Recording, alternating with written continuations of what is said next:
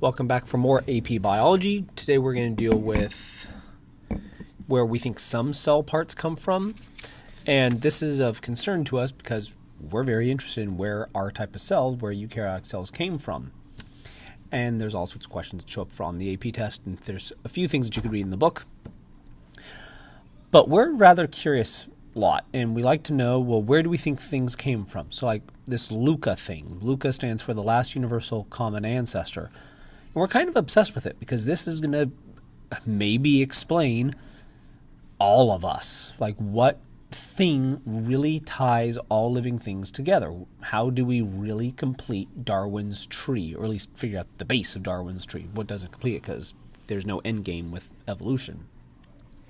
But where are we in this?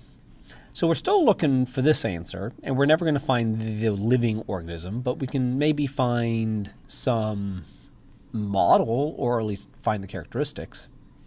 That's not necessarily the case when it comes to these odd structures that we happen to have inside of our cells that we call the mitochondrion and the chloroplast. And when we look at these, both of these organelles, they happen to have some very strange characteristics in common with them. They both happen to have two membranes. The outer membrane resembles more of a eukaryotic membrane, the inner one more of a prokaryotic membrane. They both happen to have their own genetic information, and they have their own ribosomes. They turn out to have lots of folds in them, which increase the surface area, so whatever is going on inside of these cells, it must be important. They both turn out to be bacterial in size. They both turn out to replicate in ways that don't match any of the other organelles. There's a whole bunch of weird stuff about these. And one of the questions is, well, why are they so different than everything else? This was answered in part through the work of this woman, Lynn Margulis, who wrote a paper in 1967. You can see the front of it right there that says On the Origin of Mitosing Cells, where she was attempting to solve a different question. But in solving a different question, she stumbled across the answer of where did these organelles come from? And the answer is called symbiosis. Symbiosis, or endosymbiosis, is a very odd concept. And basically what you happen to have is one big cell and a smaller cell. Big cell swallows smaller cell. When that happens, you put a membrane around the smaller cell. We now have a two-membrane bound inner cell. And normally you then just eat it, and we move on with life.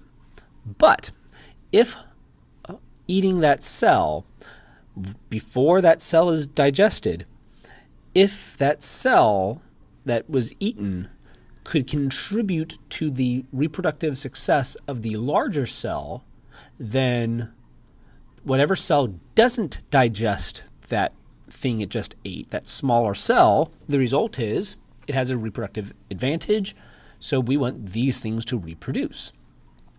And that would be eventually resulting in a mutualistic relationship, an obligate mutualistic relationship, in which they must have each other, probably due to loss of some type of genes or something along those lines, and the result is we have an endosymbiosis.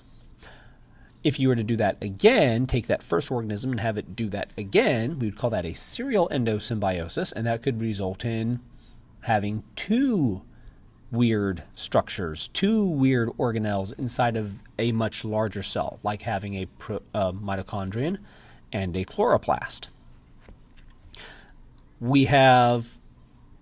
That's the way that we attempt to explain how the chloroplast and the mitochondrion came into virtually all eukaryotic cells. Not all eukaryotes have them,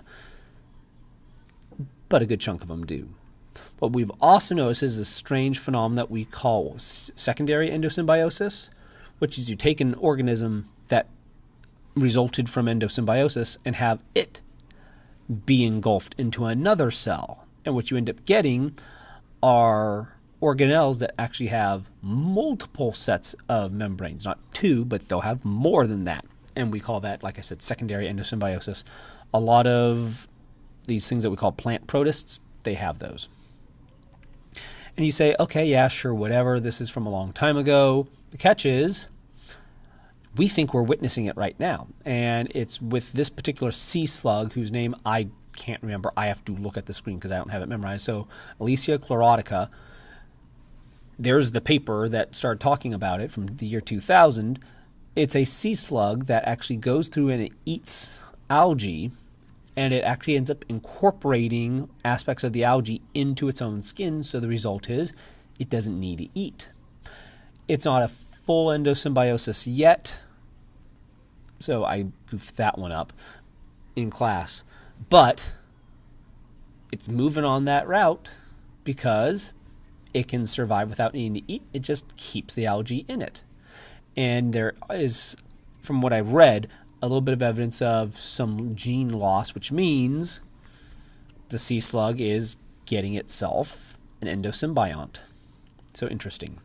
The whole point of all of this is I had you read a paper in class, which this is the one with my notes on it, which came from Lynn Margulis, and it's a bit of her insanely long paper.